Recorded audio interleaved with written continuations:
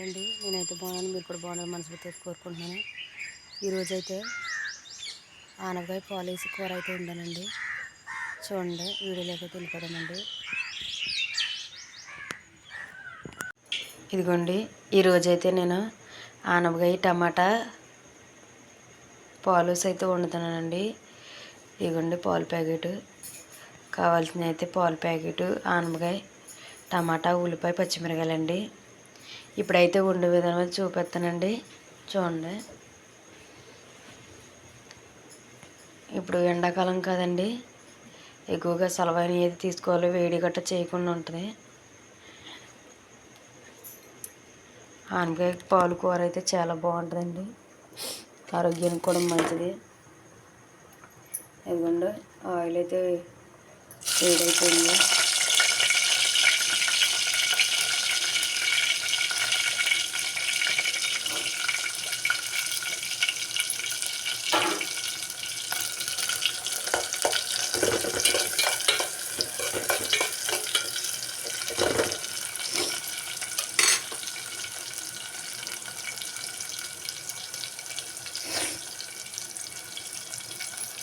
ఇప్పుడైతే కాసేపు మగ్గాక అప్పుడైతే టమాటాలు ఆనపకాయలు అయితే వేసుకుంటానండి.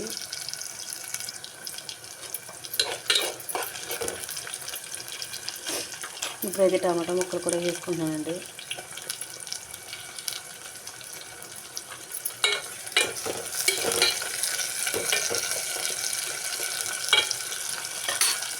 ఆనపకాయ ముక్కలు కూడా వేసుకుంటున్నానండి.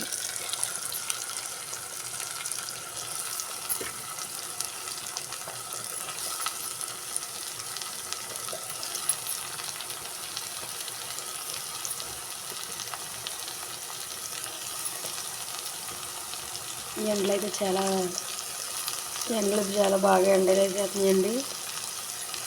అందుకే మనం ఎక్కువ సలవైన అయితే తినాలండి.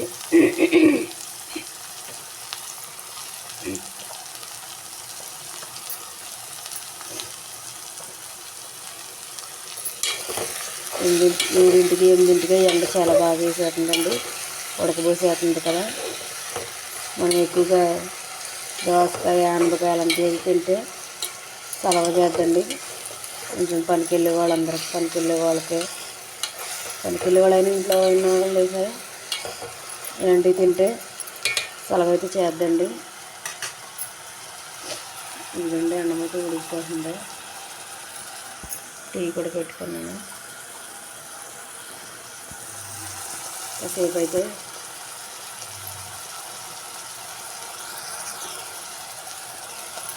నేనైతే కొంచెం సాల్ట్ వేసుకున్నాను అండి, గమ్మున అయితే మగ్గుతుంది.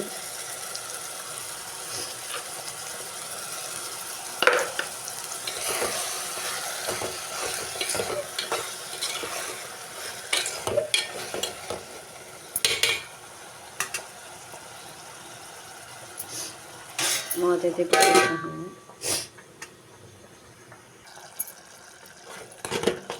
ఇదండి, ఆనపకాయ ముక్కలు, టమాటా ముక్కలు, ఉల్లిపాయ అన్నీ బాగా మగ్గిపోయినాయండి. ఇప్పుడైతే ఉప్పు కారం అయితే వేసుకుంటాను. ముందైతే ఉప్పు వేసుకున్నాను కదా. ఇప్పుడైతే పసుపు,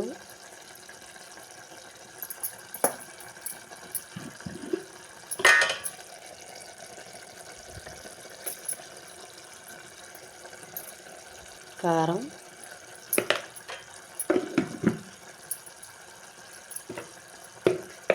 కొంచెం జీలకర్ర కూడా వేసుకుంటున్నానండి, బాగుంటుంది.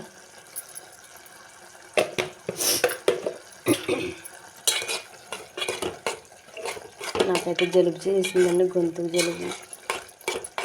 రొమ్మ పట్టేసింది.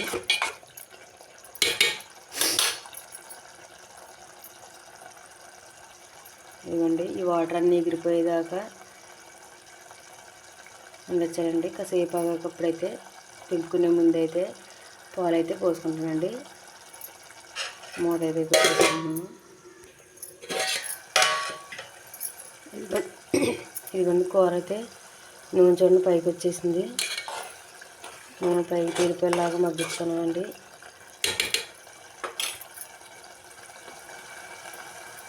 ఇప్పుడైతే పాలు అయితే పోసేసుకుంటున్నాను నేను.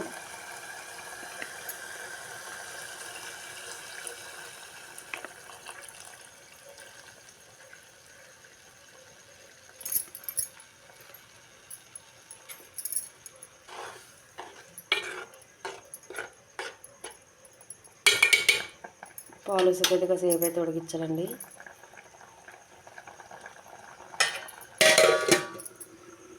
ఇదిగోండి చూడండి, నూనె అంతా పైకి వచ్చేసింది. ఎగిరిపోయింది. కూర అయితే రెడీ అయిపోయిందండి.